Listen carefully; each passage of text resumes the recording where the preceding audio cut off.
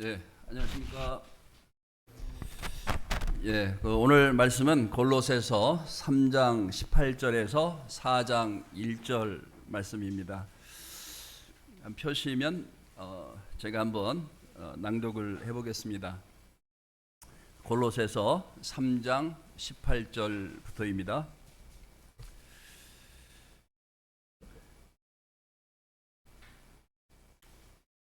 아내들아 남편에게 복종하라. 이는 주 안에서 마땅하니라. 남편들아 아내를 사랑하며 괴롭게 하지 말라. 자녀들아 모든 일에 부모에게 순종하라. 이는 주 안에서 기쁘게 하는 것이니라. 아비들아 너희 자녀를 노엽게 하지 말지니 낙심할까 함이라.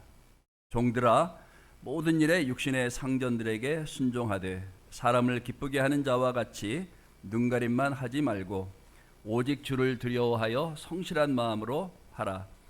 모든 일을 하든지 마음을 다하여 주께 하듯 하고 사람에게 하듯 하지 말라. 이는 기업의 상을 주께 받을 줄 아나니 너희는 주 그리스도를 섬기느니라. 불의를 행하는 자는 불의의 보응을 받으리니 주는 사람을 외모로 취하심이 없느니라. 상전들아 의와 공평을 종들에게 베풀지니 너희에게도 하늘의 상전이 계심을 알지어다. 아멘. 안산 동부 모임이 다음 주일부터 제43차 구정명절 외국인 복음전도 캠프를 개최해야 하는 것으로 알고 있습니다. 추석과 설날 명절에 이 땅에서 나그네 된 외국인들을 음식과 말씀으로 대접하는 아무나 또 아무 모임에서나 할 수 없는 이런 귀한 사역에 힘쓰시는 우리 안산 동부 지체 여러분들에게 존경과 감사의 마음을 전합니다. 언젠가 제가 어느 책자에서 네팔의 그 두루바 그 형제님도 이 복음 전도 캠프를 통해서 얻어진 영혼이라는 사실을 알고 참으로 귀한 사역이구나라는 것을 알게 되었습니다. 우리 성남수정교회는 캄보디아에 선교사를 파송해서 선교를 하는데 안산 동부는 안방에서 국내에서 이렇게 찾아온 그 외국인들에게 그 선교를 하는 참 지혜로운 그런 헌신에 다시 한번 감사를 드리고 이 일에 대해서 주님이 더욱 복 주시기를 소원을 합니다. 작년 2025년도 저희 부부의 가장 큰 기도 제목은 주님 올해 안에 저희 부부가 장인 장모가 되게 해 주십시오 라는 기도 제목이었습니다. 그래서 특별히 저희가 속한 그 가정 모임, 구역 모임, 가정 모임에 공표를 했습니다. 새해 첫 모임에서 올해 우리 기도 제목이 이러니까 형제 자매님들 꼭 기억하시고 기도해 주십시오. 그리고 이제 수요일 날 그 가정 모임을 했거든요. 이제 모일 때마다 제가 형제님, 자매님 기도하고 있지요? 이렇게 점검하고 재촉을 했습니다. 그럼에도 불구하고 7월 중순까지 강감무소식이었습니다. 그런데 일이 되려고 하니까 7월 하순에 이렇게 첫 만남이 이루어졌습니다. 그래서 나중에 알고 보니까 이 안산 동부로 미리 시집을 와 있던 우리 성남 수정 출신의 예진아 씨, 예진 자매님이 이렇게 우리 건호 형제님이 성남 수정에 있는 우리 한모 자매님을과 이렇게 연결이 되면 참 좋겠다 이렇게 귀뜸을 해준 모양입니다. 네, 그것이 계기가 돼서 오늘 같이 이렇게 함께 인사드릴 수 있는 날이 왔습니다. 제가 이제 가정 모임에서 기도 부탁을 할 때 만약 기도 응답이 된다면 우리 부부가 가만히 있지 않겠다 약속을 했습니다. 그래서 10월에 상견례를 하고 날짜가 이렇게 잡혀서 11월 말 가정 모임에서 제가 가족 모임 그 지체들을 다 불렀습니다. 아이들까지 다 오라고 해서 그 샤브샤브 집에 초대를 해서 기도 응답에 대한 그런 기쁨을 성도들과 함께 나누었습니다. 이 일을 통해서 새삼 깨닫는 것은 물론 개인의 기도를 들으시는 주님이시지만 교회가 성도들이 함께 모여서 기도할 때 주님이 더 능력 있게 역사하신다는 사실을 알게 됩니다. 오순절 때도 성도들이 모여서 기도하고 또 베드로가 옥에 갇혔을 때도 성도들이 함께 모여서 기도할 때 기적적으로 옥문이 열리고 또 성령께서 임하시는 역사를 우리가 성경에서 보지 않습니까? 그래서 우리가 어떤 어려운 문제 또 곤고한 문제 이런 것이 있을 때 물론 개인적으로도 기도하는 것 좋지만 이와 같이 교회의 성도들에게 알리고 함께 기도할 때 능력 있는 하나님의 역사를 맛볼 수 있고 또 기도 응답이 됐을 때 함께 기뻐할 수 있는 그런 즐거운 일이 있다는 것을 작년 체험을 했습니다. 예, 그래서 이제 인사드린 바와 같이 저희 딸이 이제 한 달 후면 부모인 저희를 떠나서 이제 형제와 연합해서 새로운 가정을 이루게 됩니다. 그래서 이 시간에는 사도 바울이 말한 세 가지 관계, 부부, 부모와 자녀, 종과 주인의 관계를 통해서 죽게 하듯 사는 것이 무엇인지 한번 살펴보려고 합니다. 복음은 추상적인 하늘 이야기로만 머물지 않지요. 가장 평범하고 또 일상적인 관계 속에서 그 힘을 드러내기 때문입니다. 그래서 오늘 말씀의 제목을 일상의 대인 관계도 예배입니다. 일상의 대인 관계도 예배입니다. 라는 제목으로 말씀을 살펴보길 원합니다. 먼저 우리는 이 골로새서 말씀의 역사적인 배경을 알 필요가 있습니다. 오늘 권면을 하는데 누구를 불렀습니까? 18절에 아내들아, 20절에 자녀들아, 22절에 종들아 이렇게 이제 부르면서 사도 바울이 말씀을 하죠. 지금 우리가 보기에는 하등에 뭐 이상할 게 없습니다. 당연히 아내들에게, 자녀들에게, 종들에게 권면하는구나 이렇게 생각하실 겁니다. 그런데 이 편지가 언제 쓰여졌죠? 서기 1세기에 쓰여진 겁니다. 그러니까 정확히는 서기 61년에 사도 바울이 로마 감옥에서 골로새 성도들에게 쓴 편지입니다. 그러니까 지금으로부터 2000년 전에 쓰여진 편지입니다. 지금하고는 상황이 완전히 다르죠. 그 당시 이 헬라 문화권이라고 그러죠. 그리스 이 헬라 문화권에서는 금방 얘기한 아내들, 자녀들, 종들은 사람 취급을 받지 못했습니다. 그리고 많은 책들을 쓸 때 이 아내, 자녀들, 종들은 이 대화의 상대가 되지 못했습니다. 그래서 이 아내들아 하고 이렇게 책을 쓸 수가 없다는 것입니다. 종들아 이렇게 표현할 수가 없는. 그 당시 이제 글을 쓰는 것은 뭡니까? 이 상전들 또 이 노예가 아닌 이 그 양민들 이제 이런 귀족들이 이 책에 어떤 그 듣는 독서의 읽음의 대상이 된다고 하는 것이죠.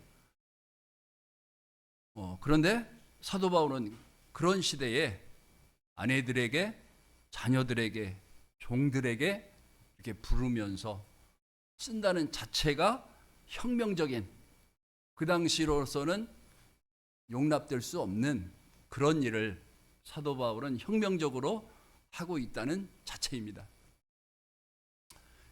우리가 이제 미국 헌법도 1700년대 이렇게 작성이 됐죠.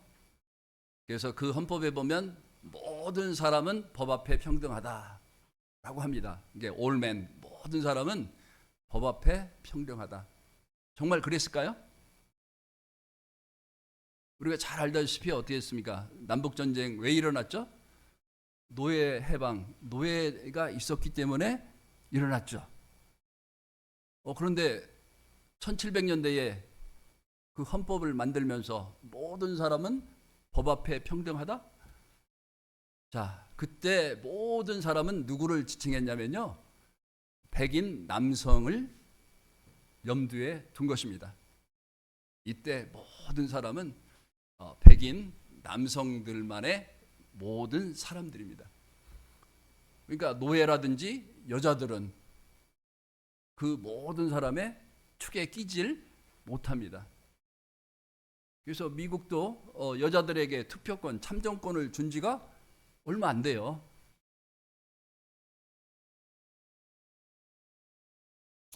그래서 이런 상황 가운데서 사도 바울이 혁명적으로 아내들아, 자녀들아, 종들아 이렇게 불러가면서 권면을 하는 것입니다.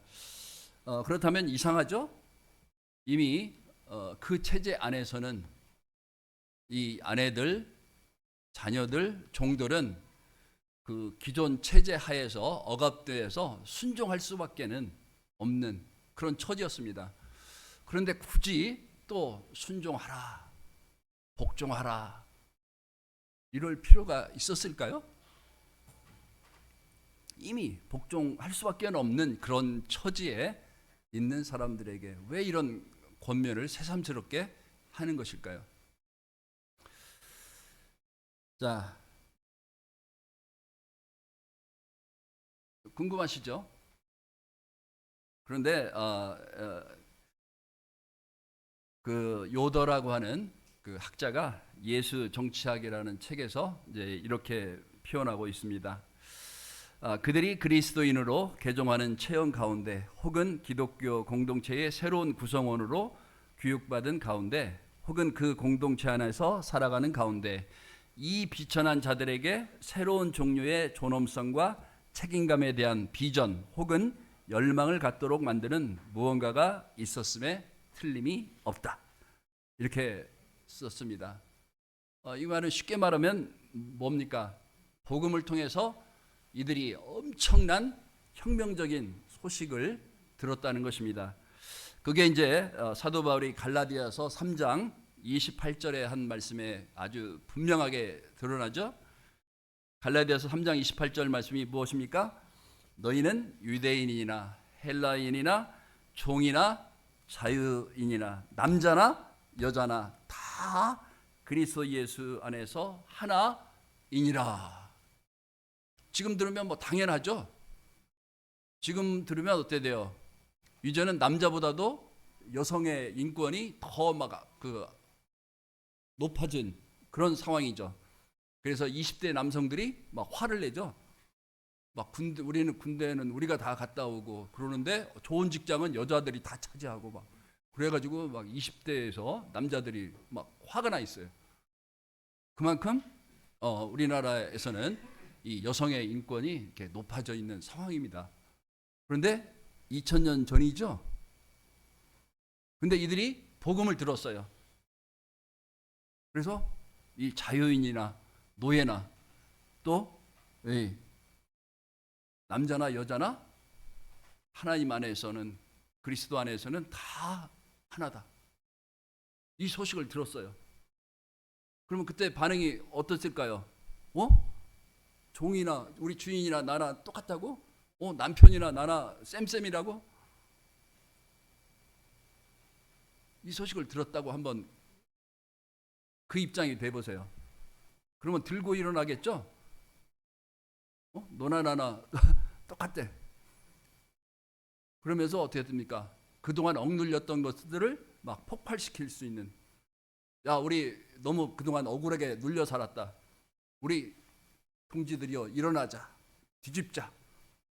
이럴 거 아닙니까? 그래서 이제 사도 바울이 진정을 시키는 겁니다. 그래, 말은 맞는데 그렇게 적용하는 게 아니야. 잘 들어. 이제 하면서 이제 조곤조곤 이제 권면을 하는 것입니다. 그들이 여자 자녀 종들인 우리도 하나님의 자녀이고 모두가 주 안에서 다 동등하다. 그럼 지금까지 억압당하며 살아온 우리는 뭐야? 자, 우리도 해방되었다고 하니 총 걸게 하자. 이런 유혹을 받지 않았겠습니까?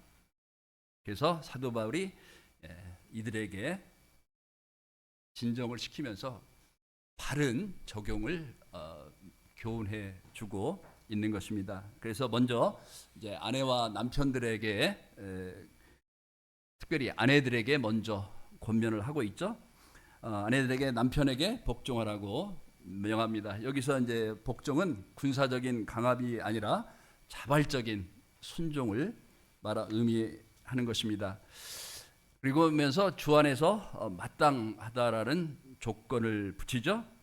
그래서 복종의 이유가 남편의 권위 때문이 아니라 주님과의 관계 때문이라고 하는 것입니다. 당시 여성들 특히 아내들의 상황은 다음과 같습니다. 그래서 이제 기독교 승리의 발자취라고 로드니 스타크라는 분이 쓴 아주 좋은 책이 있습니다. 이때 당시 여성들이 어떤 상황이었는지를 아시면 이 사도 바울의 이 말씀이 얼마나 혁명적인 놀라운 말씀인지를 알게 됩니다. 한번 읽어볼게요. 그리스와 로마의 여성들 모두 자신의 결혼에 대해 발언할 수 있는 처지가 아니었다. 일반적으로 여성들은 아주 어릴 때 결혼했다. 종종 사춘기가 되기도 전에 자기보다 훨씬 나이가 많은 남성에게 시집을 갔다. 남편은 마음대로 이혼할 수 있었으며 그로 인해 아무런 차별을 받지 않았다. 하지만 아내는 친족 남성이 그녀를 대신해서 이혼을 청구해야만 겨우 이혼할 수 있었다. 하지만 그리스에서 아내의 아버지나 오빠는 그녀가 원하지 않아도 이혼시킬 수 있었다.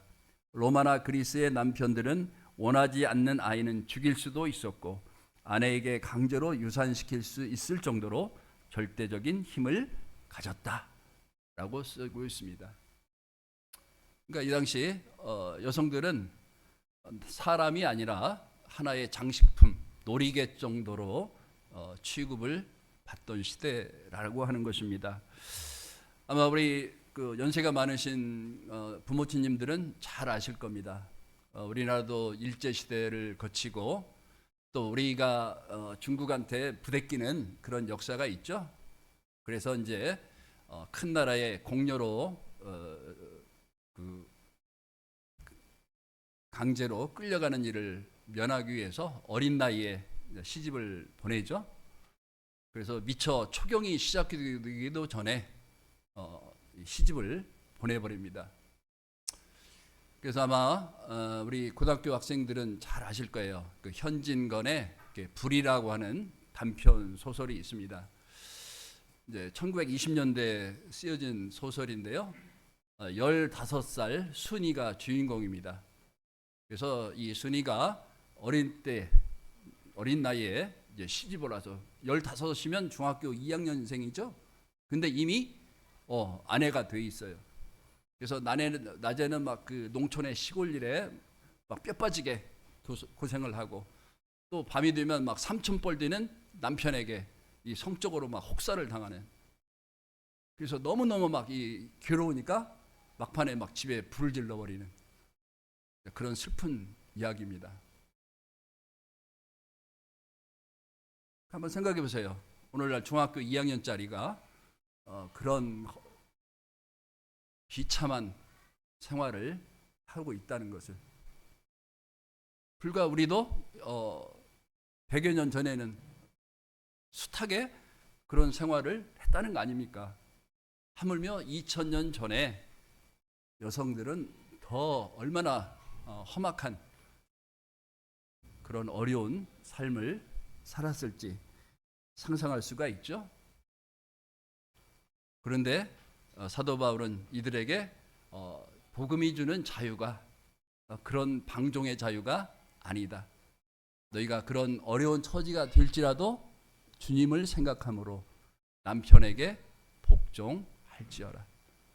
그러니까 하나님을 보고 하는 거니까 예배죠. 그리고 또 남편들에게는 아내를 사랑하며 괴롭게 하지 말라라고 되어 있습니다. 이때 이제 사랑은 아가페라고 하는 거 다 아시죠? 아가페가 뭡니까? 죽기까지 나를 던져서 사랑하는 것, 그것이 아가페입니다. 그러니까 엄밀하게 따지면 여자들보다는 남자가 더 힘들어요. 여자들은 복종만 하면 되지만 남자들은 아가페로 사랑해야 됩니다. 목숨을 던져서 사랑해요. 그냥 에로스로, 응?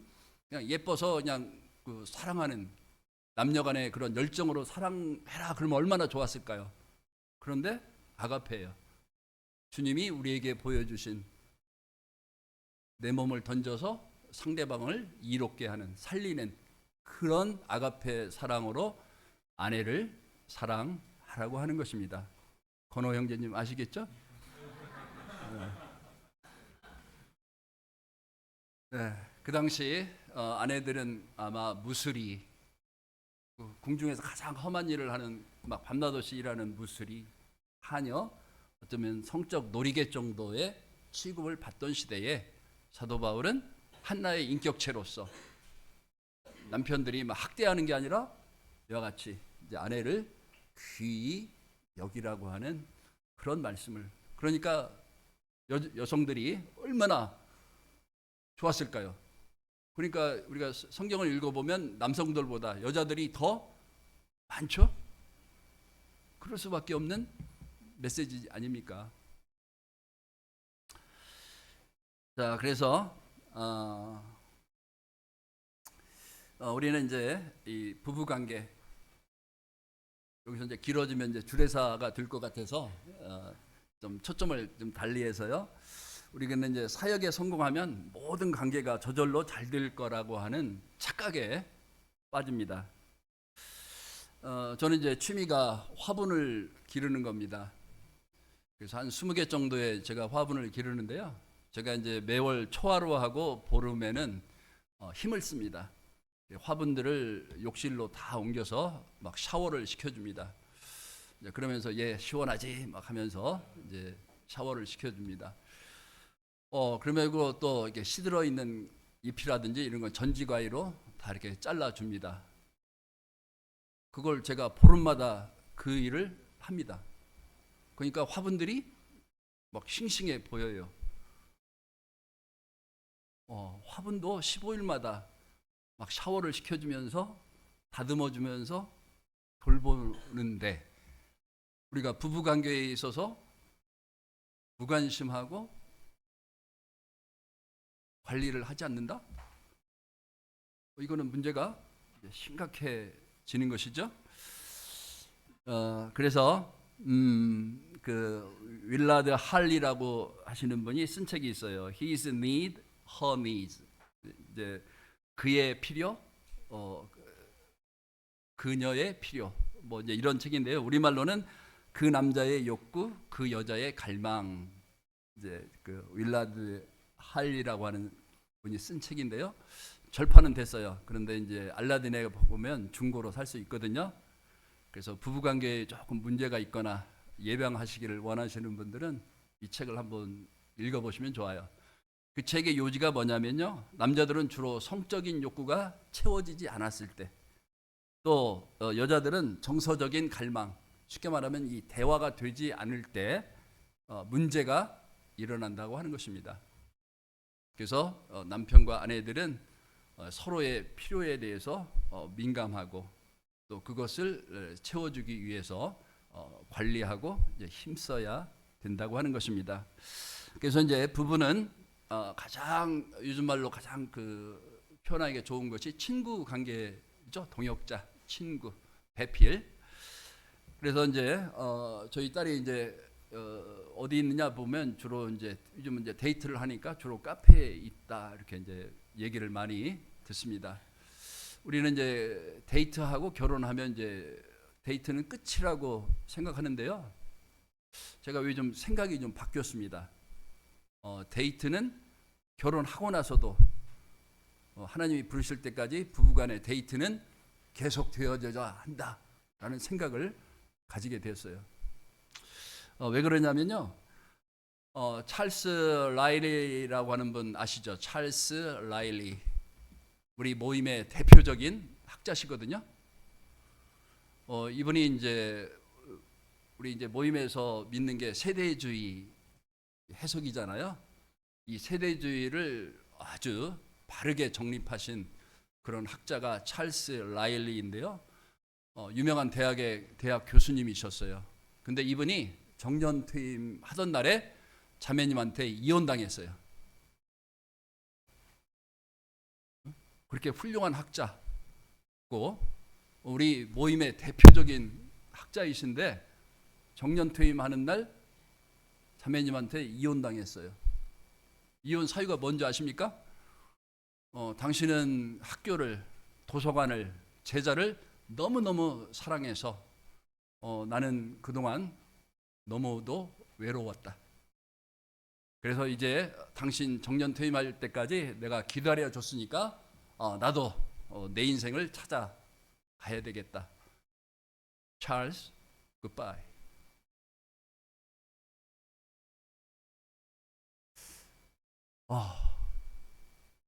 희한하죠? 그렇게 훌륭한 명저서를 쓰신 그런 학자, 또 학교를 사랑하고 제자들을 사랑하고 막 공부하기를 열심을 낸 우리 같으면 막 기념비를 세워줘도 부족할 판에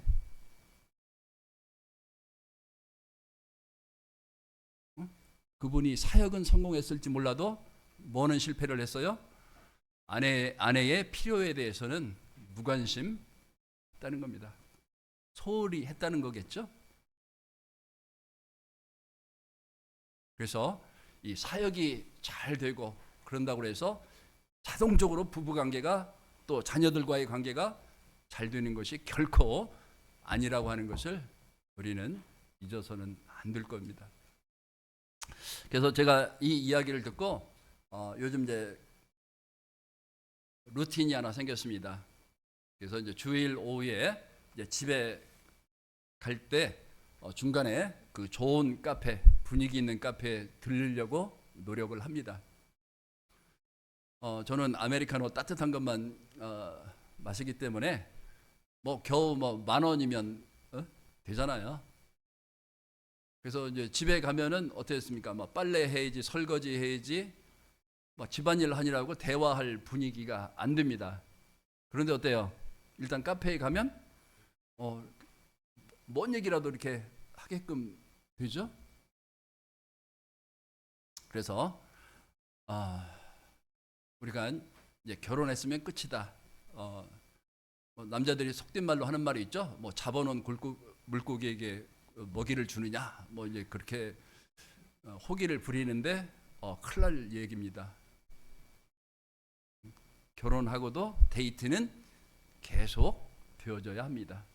그래서 우리 형제님, 자매님들 다른 분들과 이렇게 함께 간 거 말고 부부끼리만 이렇게 카페에 간 기억이 없다면 오늘부터라도 적용해서 집에 가시다가 카페에 들러서라도 이렇게 아내의 고민이 뭔지 이렇게 잘 이렇게 들어보시고 또 적용할 수 있는 것은 빨리 이렇게 적용해 주시면 부부관계가 더 원만하게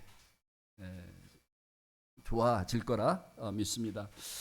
자, 그다음에 이제 두 번째 자녀와 부모의 관계이죠. 자녀들아 모든 일에 부모에게 순종하라. 이는 주 안에서 기쁘게 하는 것이니라. 그래서 이제 여기서도 이제 순종은 억지 순종이 아니라고 하는 거죠. 신뢰와 존중을 포함한 순종인 것입니다. 자녀가 부모에게 순종하기 위해서는 일단은 아내된 자매님들이 남편에 대해서 순종하고 존중하는 그런 모범을 자녀들에게 보여줘야 되겠죠. 아빠가 무슨 말 하는데 엄마가 중간에 껴서 그건 필요 없는 거야 뭐 이렇게 막 아빠 말을 뒤집는다든지 무시한다든지 그럴 때 자녀들이 아버지를 존중하겠습니까?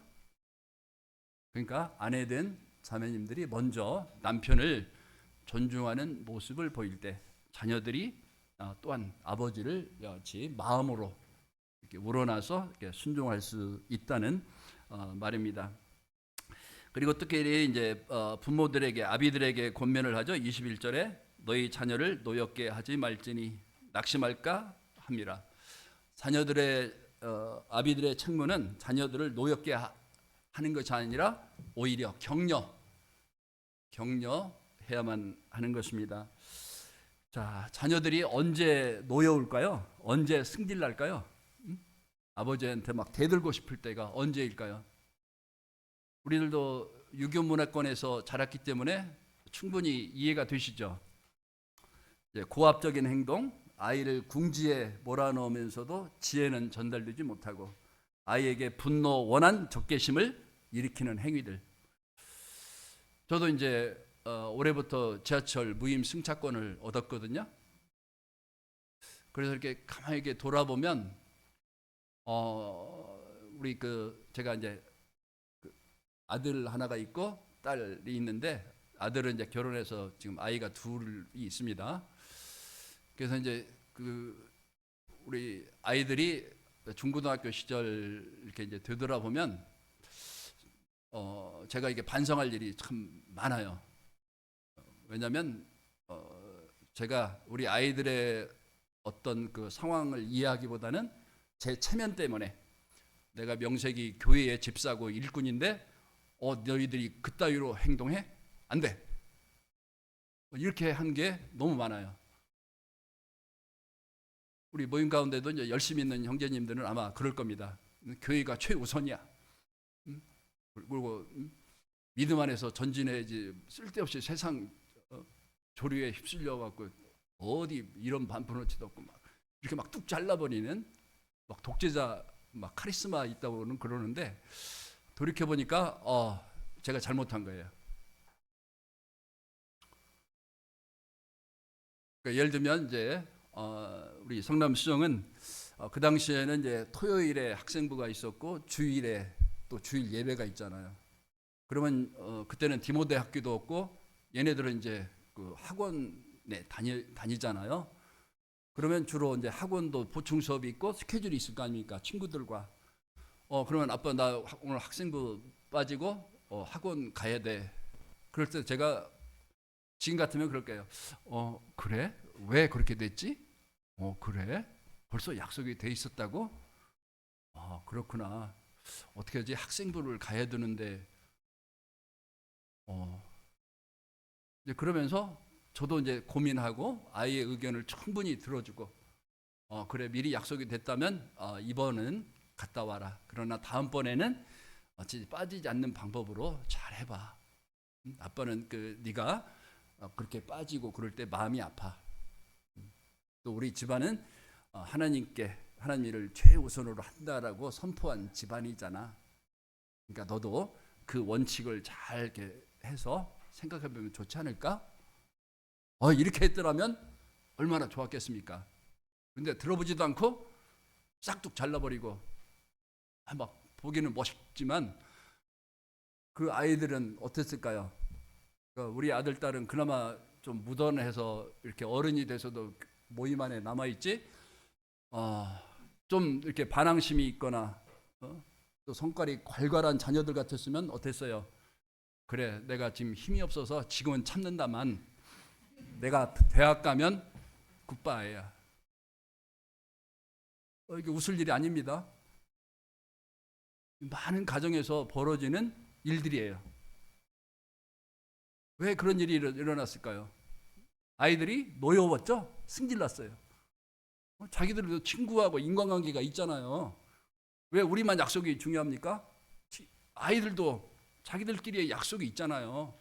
왜 그거는 존중 안 해주시고 왜 내 체면이 그렇게 중요해요? 한 거죠? 그래서 지금은 젊은 가정들한테 인생 선배로서 권면을 드리고 싶어요. 조금 체면이 손상당하더라도 좀 감수했으면 좋겠어요.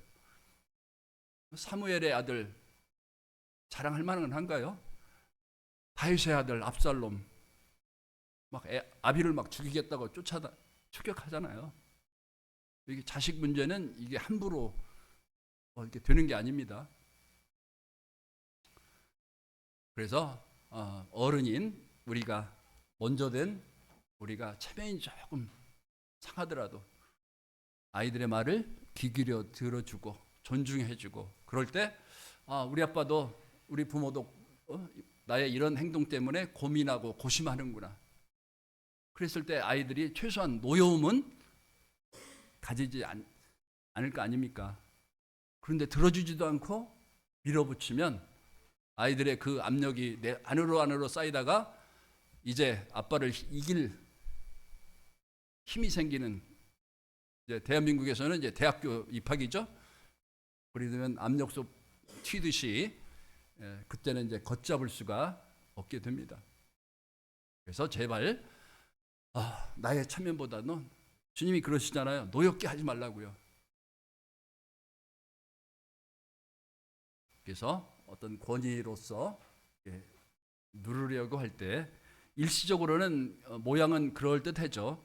그러나 그 속에서 곪고 있다고 하는 거 이렇게 잘 우리가 새겨볼 필요가 있습니다.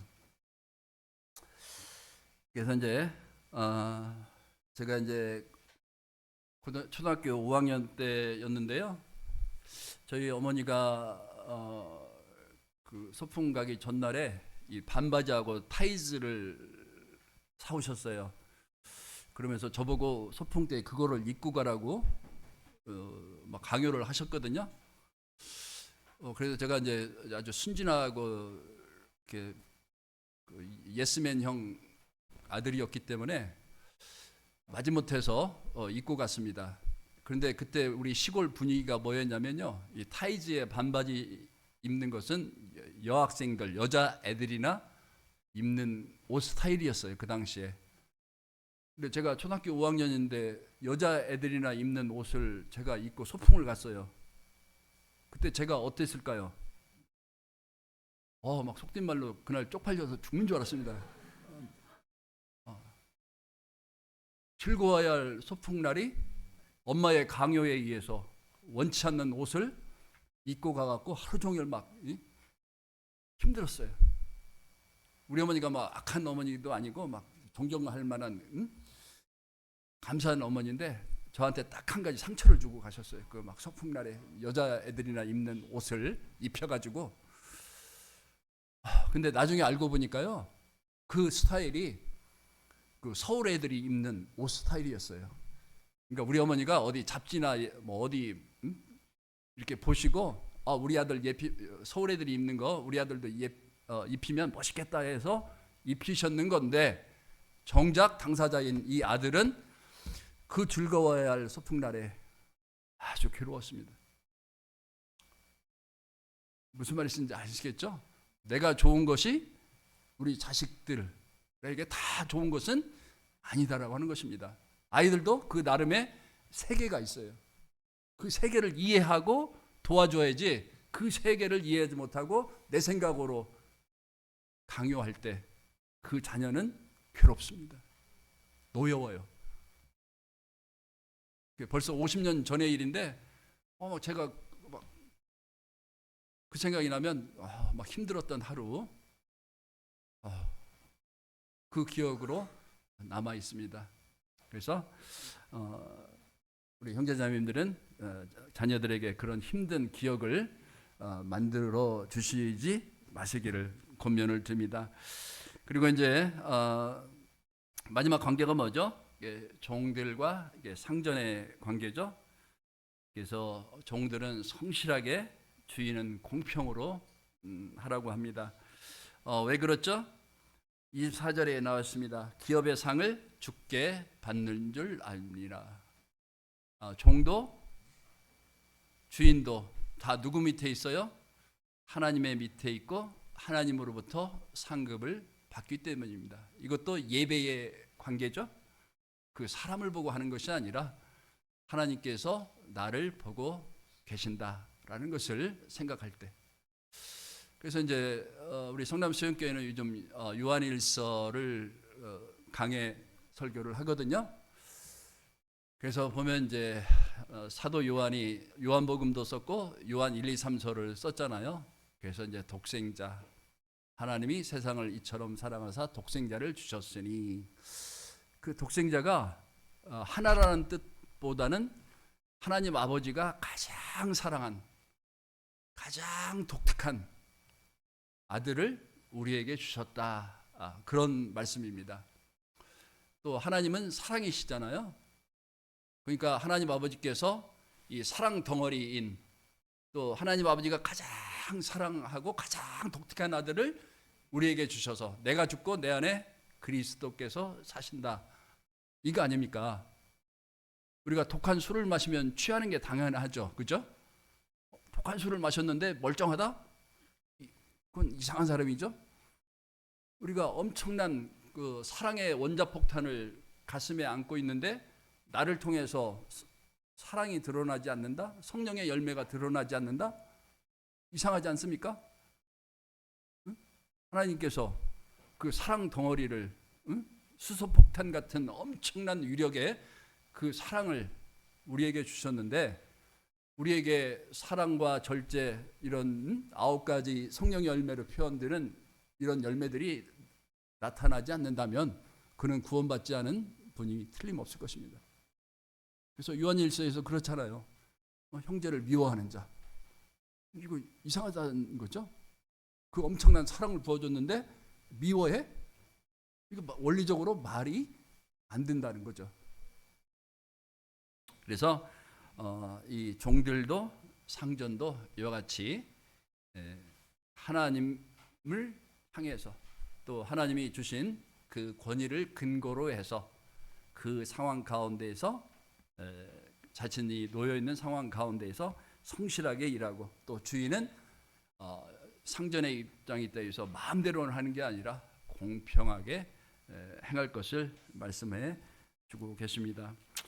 그래서요, 이 골로새 성도들에게 사도 바울이 서기 61년에 이 편지를 썼다고 그랬죠. 그래서 이제 이 초대교회 성도들이 이 가정들이 얼마나 놀라웠겠습니까? 그 아내들을 막 무수리 취급하고 하녀 취급하고 막 마음대로 하는 이 시대에 남편들이 아내를 막 극진히 사랑하고 서로 위하고, 이제 그랬을 때 다른 가정에서 볼 때 나도 저 가정처럼 되고 싶다. 특별히 그 아내들이 그렇게 생각하지 않았겠습니까? 또 이 막 전염병이 돌 때 성도들이 나서서 막 그 간호해주고, 또 장례식도 막 치러주고. 그러니까 이 로마 이 세계가 막 기독교가, 특별히 여성들이 막 기독교에 대해서 마음이 활짝 열린 것입니다. 그리고 또 그리스도인 종들은 막 주인을 섬기듯이 막 주님께 하듯이 하고, 와, 저놈 희한하다. 다른 종들은 막 반항기가 철철 흠집는데 막 저는 막 자기 일처럼 저렇게 성실하게 하네 하면서 주인의 마음도 딱 열리고, 또 그리스도인 집안의 자녀들은 막 아버지를 무시하고 막 대드는 게 아니라 막 순종하고 그 겸비한 태도들. 그러니까 이 로마 사회가 어떻게 돼요? 막 그리스도의 사랑으로 마음이 막 쫙 열리기 시작하죠. 그래서 이 골로새서가 서기 61년에 쓰여졌다라고 추정이 되는데 252년 후 252년 후에 무슨 일이 벌어졌는지 아시죠? AD 313년이거든요. AD 313년에 콘스탄티누스 황제가 밀라노 칙령을 발표해서 기독교를 공인합니다. 몇 년 걸렸다고요? 252년 만에 뒤집어졌어요. 이 핍박받던 기독교가 로마를 점령했어요. 그리고 나서 380년에는 테오도시우스 황제가 기독교를 국교로 공표합니다. 자, 성도들이 막 칼과 방패를 들고 무력으로 막 성취한 게 아니죠. 방금 여기 있는 이런 명령들의 순복함으로 말미암아 로마 사회가 열리고, 그리고 불과 252년 만에 로마가 기독교로 말미암아 뒤집어지는 엄청난 일이 일어난 것입니다. 자, 그래서 오늘 본문을 통해서 이와 같이 사도 바울이 권면하는 아내들아, 자녀들아, 종들아, 이거는 단순한 예절의 구문이 아닙니다. 그리스도의 주재권 아래에서 모든 관계를 재정의하는 복음의 능력을 보여주는 것입니다. 사도 바울은 당시 사회 구조를 부정하지 않으면서도 그 속에 복음의 씨앗을 심어 궁극적으로 새로운 인류의 공동체를 준비했습니다. 그러므로 오늘의 교회와 성도는 가정과 사회의 모든 관계에서 주께 행하듯 하는, 그래서 모든 대인 관계가 예배가 되어야 하는, 왜냐하면 주님으로 말미암아 복종하고, 주님으로 말미암아 사랑하고, 주님으로 말미암아 순복하고, 주님으로 말미암아 아비들은 자녀들을 격려하고, 또 종들은 하나님으로 말미암아 성실하게 일하고, 또 주인들은 주님으로 말미암아 공평을 행하고, 다 주님이 관련이 돼 있죠. 그래서 주님을 생각함으로 행하기 때문에 모든 대인 관계가 예배가 되는 것입니다. 우리 또한 이 대인 관계를 통해서 주님께 하듯, 즉 내가 대하는 이 사람은 하나님이 주신 그 마음으로, 그 사랑으로 대해야 된다라는 것을 명심하심으로 말미암아 주님이 우리의 대인 관계를 통해서 이렇게 복음이 확장되는 놀라운 역사가 있기를 간절히 소원을 합니다. 기도하겠습니다. 아버지 하나님, 감사를 드립니다. 주께서 천대받던 아내들, 자녀들, 또 이 종들에게까지 복음을 전해주셔서 모두 함께 하늘에 계신 하나님 아버지여라고 부르며 기도할 수 있는 특권과 은혜를 주셨음을 인해서 감사를 드립니다. 또한 오늘 말씀을 통해서 우리가 대하는 모든 대인 관계가 사실은 예배임을 알게 하셨음을 인해서 감사를 드립니다.